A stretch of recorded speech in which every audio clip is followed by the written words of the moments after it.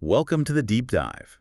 We take one great source, pull out the key ideas, and basically make you smarter, faster. That's the goal. Today we're digging into something called Etikale, which translates to wisdom of an 80-year-old sage. The premise is pretty compelling. An older, wiser person sharing life lessons they wish they'd known earlier. Exactly. And our mission here is simple.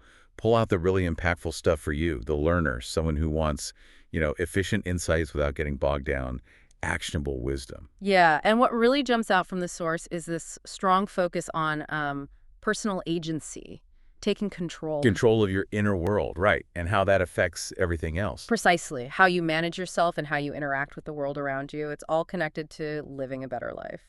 Okay, let's get into a big one straight away.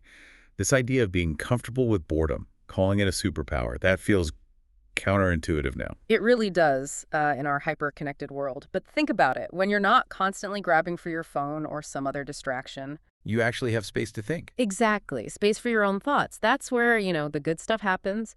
Creativity, solving problems, just understanding yourself better. It's about finding richness inside, not always outside.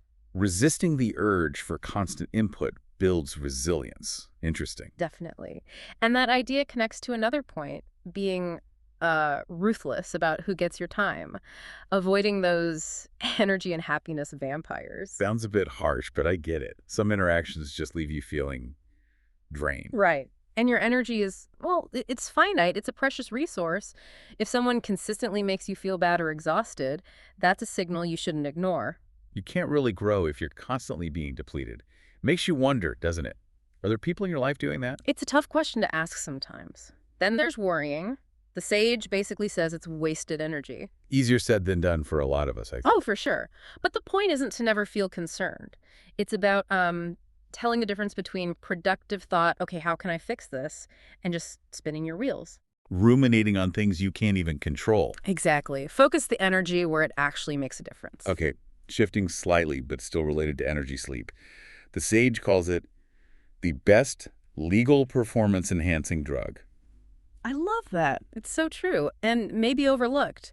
Good sleep impacts everything, your brain, your mood, your physical health. It's not just nice to have, it's essential. Absolutely. Foundational. If you want to learn efficiently, perform well.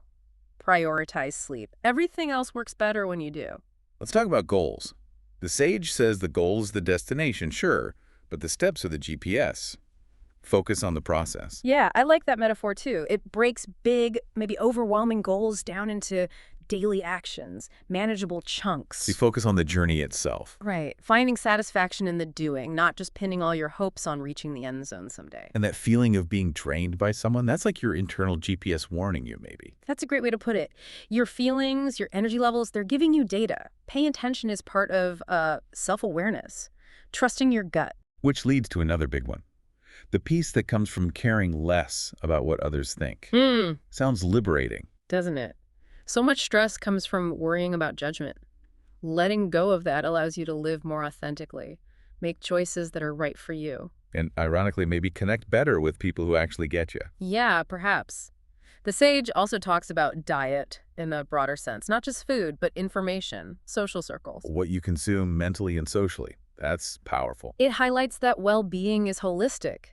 You got to be mindful of all the inputs, not just the physical ones. And on those stark lines.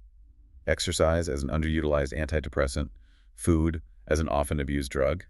Wow, hits home, right? Exercise truly has massive mental health benefits. And, we often use food for things other than fuel, comfort, boredom. It speaks to that holistic well-being again. Making conscious choices now to avoid regrets later. And getting outside daily without your phone, simple advice, feels almost rebellious. But vital. Reconnecting with nature, grounding yourself. A break from the noise. There's so much practical stuff, too, like eating the frog, doing the hard task first. Investing in your environment, your network. Choosing a partner based on values, not just looks. It's all about being proactive, making intentional choices, not just letting life happen to you. Plus, advice on the gut-brain link.